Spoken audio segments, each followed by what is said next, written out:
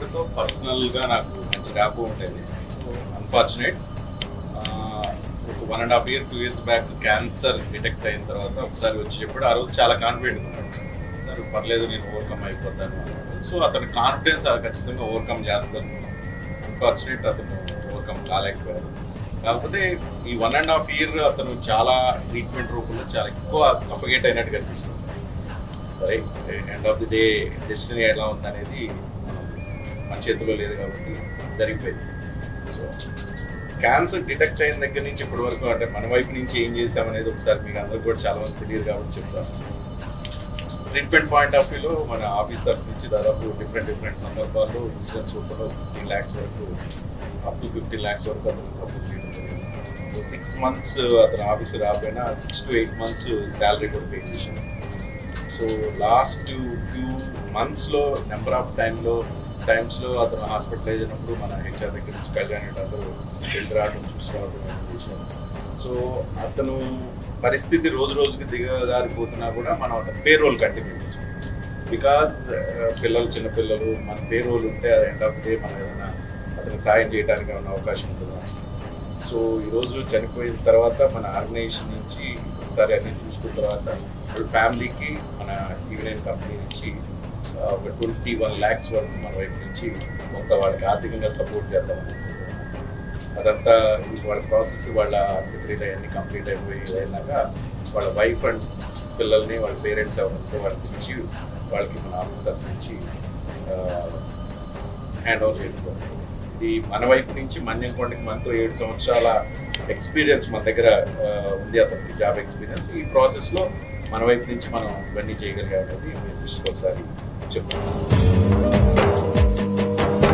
మీరు కూడా మంచి జర్నలిస్టు, తల్లో 4 లాగా అందరితో చాలా మంచిగా ఉండేవాడు. అయితే ఒక దశలో అనిపించింది 1.5 years స్ట్రగుల్ అవుతుంది ఈ సందర్భంలో. మనిషిని రీసెంట్ ఫొటోస్ చూసిన తర్వాత అంటే మనిషి ఫిజికల్గా బాగా స్ట్రగుల్ అయ్యాడు కానీ సైకలాజికల్గా ఎక్కడ దిగిపోలేదు. కళ్యాణ్ వెళ్ళి చూసి వచ్చి మాట్లాడిన తర్వాత కూడా చాలా కాన్ఫిడెంట్గా బాగున్నాడు అని.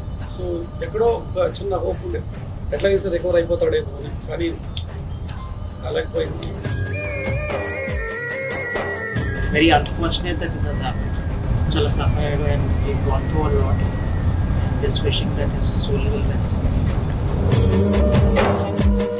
మన్యంకొండ అంటే నిజంగానే సార్ చెప్పినట్టుగా కొంచెం అండగా ఉంది. మనిషి ఎంత ఎత్తు పొడుగు ఎట్లా ఉండేవాడు. రాను నా ఫోటో చూసిన తర్వాత నాకు ఈ రోజు అయితే మనిషి వెళ్ళి చూడాలనిపించలేదు.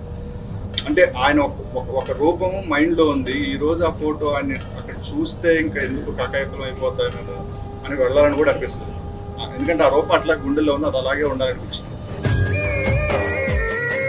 మన్యంకొండ మంచి జర్నలిస్ట్, మురళి చెప్పినట్టుగా సీనియర్ జర్నలిస్టు, సహచరుని కోల్పోవడం నిజంగా బాధాకరం.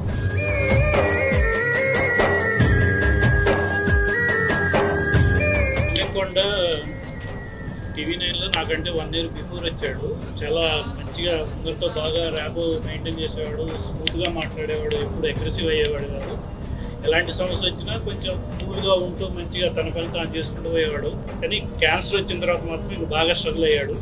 మేము కూడా ఆ ఫోటోలు చూసి చాలా బాధపడ్డాము. సో మంచి మనిషిని కోల్పోయాము. మన్యంకొండ ఎక్కడున్నా మన మేలు కోరుతాడు, మన సంస్థ మేలు కోరుతాడు. అలాగే అతని కుటుంబం మేలు కూడా మనం కోరాలి. అతని సబ్జెక్ట్ కలగాలని ఆ భగవంతుని ప్రార్థిస్తాం. Journalist Manyamkonda, journalist Manyamkonda, journalist Manyamkonda.